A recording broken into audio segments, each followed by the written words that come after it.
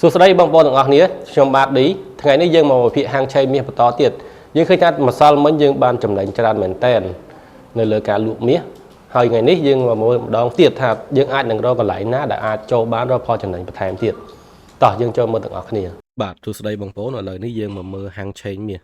យើងឃើញថាតម្លៃមាសនៅក្នុងថ្ងៃច័ន្ទkiaនេះ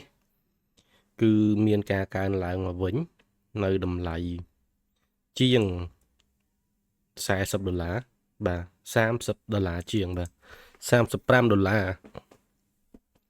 អញ្ចឹងអានេះយើងមើលតាមប្រកួតប្រចាំថ្ងៃអញ្ចឹងយើងចង់ដឹងថាតើថ្ងៃនេះមាស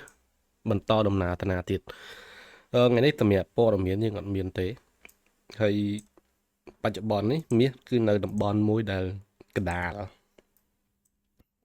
បានន័យថាមិនទាន់សម្រេចចិត្តថាវានឹងទៅណាឲ្យប្រកាសទេអញ្ចឹងសម្រាប់បងប្អូនដែលគាត់ទិញលក់ហាងឆេងមាសនេះយើងប្រុងប្រយ័ត្នបន្តិចពីព្រោះអីទី1វាអត់ទាន់ confirm ថាវានឹងឡើងទី2ក៏វាមិនប្រកាសថាវា retest ហើយចុះទៅវិញដែរ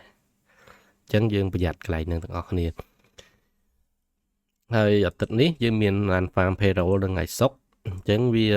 អាចប្រែប្រួលនៅថ្ងៃពហុជាថ្ងៃអង្គារនេះថ្ងៃនេះក៏អត់មានព័ត៌មាននេះដែរ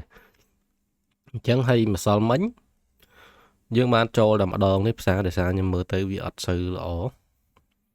ហើយក៏ឈប់ទៅបាទតែថ្ងៃនេះប្រហែលជាយើងអាចនឹងរកកន្លែង sale សិនតាម direction របស់ផ្សារបើយើងវាស់ Fibo ទៅកន្លែងដែលយើងអាចលក់បានគឺកៅជាងនេះវានឹងលក់បានហើយបើសិនជាវា break ទៅខាងក្រោមបាទជើងវាមកដល់តាមនេះវាអាចមករក2700ជាងនេះផ្ទុយទៅវិញបើសិនជាកន្លែងនេះជាកន្លែងមួយដែលវាអាចនឹងbound ទៅលើវិញឬក៏ break ទៅខាងលើវិញអញ្ចឹងតម្លៃមាសនៅតែនៅស្ថិរភាពតម្លៃខ្ពស់ដដែលទេអញ្ចឹងបងប្អូនអាចរងចាំមើលឬក៏យើងអាចចូលខ្លីៗទៅកុំតន់ធ្វើការជួញដូររយៈពេលវែងហើយយើង scalping 3-4 លេខហើយយើងចាញ់ពីផ្សារទៅហ្នឹងអត់អីទេហើយខ្ញុំក៏ឥឡូវនេះបង្កើតជាក្រុមមួយទៀតសម្រាប់ exclusive trade បានន័យថាខ្ញុំនឹងធ្វើការជួញដូរមាសលឿនខ្លីហើយក្នុងមួយថ្ងៃខ្ញុំអាចចូលច្រើនដងអាច4-5 ទៅ6-7 ដងតាមពេលហើយមួយទៀតគឺ scalping រាប់នាទីតែម្ដងនៅពេលយប់ឡើង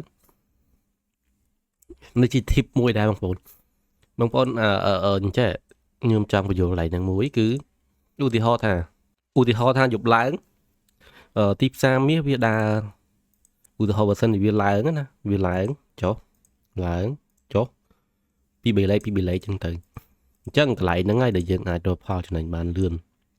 ឧទាហរណ៍ថាឥឡូវមួយវាឡើងអញ្ចឹងហើយយើងកាត់ហើយវាចុះញ៉ាំយើងចូលទៀតចូលហើយវាឡើងហើយចាំយើងចូលទៀតតែ SL យើងដាក់រៀងគៀកបន្តិចទេហើយចំណេញក៏យើងចំណេញតិចដែរតែយើងចូលរៀងធំអញ្ចឹងទៅវាអត់ទៅអីបាទ